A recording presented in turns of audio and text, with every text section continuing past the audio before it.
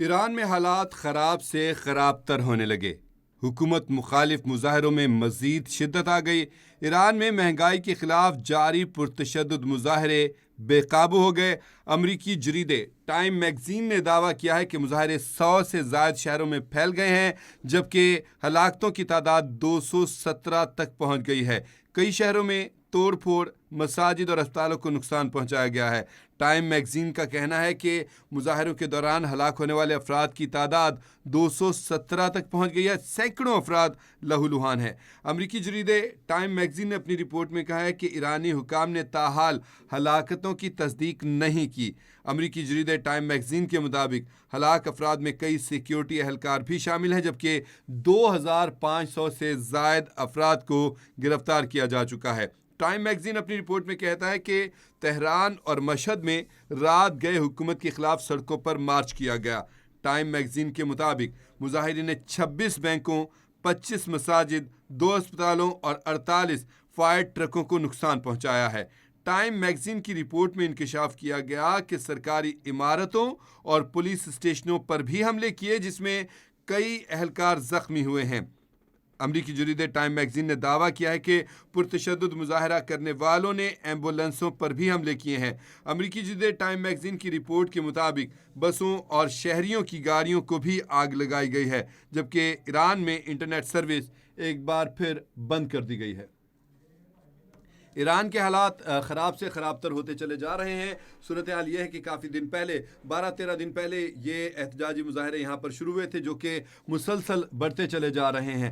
پہلے یہ چند شہروں میں شروع ہوئے، پھیلے، پھر اس کے بعد 25 شہروں میں پھیلے، پھر 27 میں، اور پھر اطلاع کے 47 شہروں میں پھیل گئے، پھر اس کے بعد اطلاع کے 75 شہروں میں پھیل گئے، اور اب جو اطلاع آ رہی ہے اس میں کہا جا رہا ہے کہ 100 سے زائد شہروں میں پھیل گئے ہیں یہ مظاہرے، جبکہ ایک اور غیر مصدقہ اطلاع کے مطابق کہا جا رہا ہے کہ 150 کے قریب شہر ہیں جہاں پر اس وقت جو ہے ایرانی شہری سڑکوں پر نکلے ہوئے ہیں، حکومت کے خلاف مظاہرے کر رہے ہیں، شدید قسم کے مظاہرے کر رہے ہیں۔ ہر طرف ایران میں جدھر چلے جائیں، جہاں دیکھیں، جہاں سے آپ خبر اٹھائیں گے، آپ کو توڑ پھوڑ کی، جلاؤ گھیراؤ کی، مار کٹائی کی، اسی طرح کی خبریں سننے میں آئیں گی۔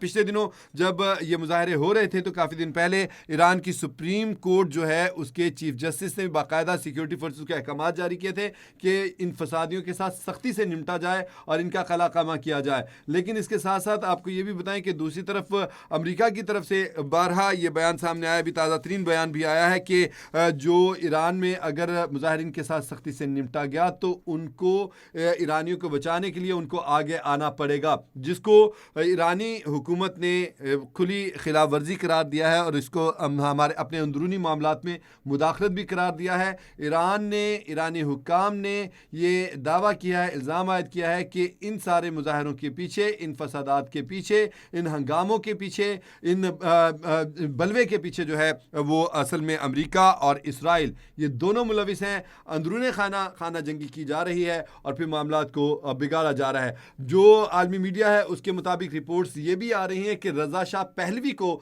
دوبارہ سے لانچ کرنے کی کوشش کی جا رہی ہے، اور رضا شاہ پہلوی کے حمایتی جو ہیں وہ سڑکوں پر نکلے ہوئے ہیں، اور یہاں پر اب جو ایرانی اس وقت حکومت ہے اس کے خلاف برسر پیکار ہیں۔ مہنگائی کی آڑ میں یہ احتجاج کیا جا رہا ہے، مہنگائی کے نام پر یہ احتجاج کیا جا رہا ہے۔ کہا جا رہا ہے کہ مہنگائی انتہائی ہوگی ہے، ڈالر کی قدر میں، کرنسی جو یہاں ہے اس کی قدر میں انتہائی کمی ہوگی، جس کی وجہ سے لوگ سراپا احتجاج ہیں، اور احتجاج اتنا بڑھا ہے کہ اس کو کنٹرول کرنا ممکن نہیں ہو پا رہا۔ ہرچند کہ ایرانی حکومت نے باقاعدہ اعلان بھی کیا گزشتہ دنوں کہ جتنے بھی ایران کے شہری ہیں تمام شہری کو 4 مہینے تک فی شہری $7 جو ہے وہ 4 مہینے تک اس کو باقاعدہ الاؤنس باقاعدگی کے ساتھ دیا جائے گا، لیکن حکومت کا یہ اعلان بھی کارگر ثابت نہ ہو سکا، اور احتجاج اسی طرح نہ صرف جاری ہے بلکہ مسلسل پھیلتا چلا جا رہا ہے۔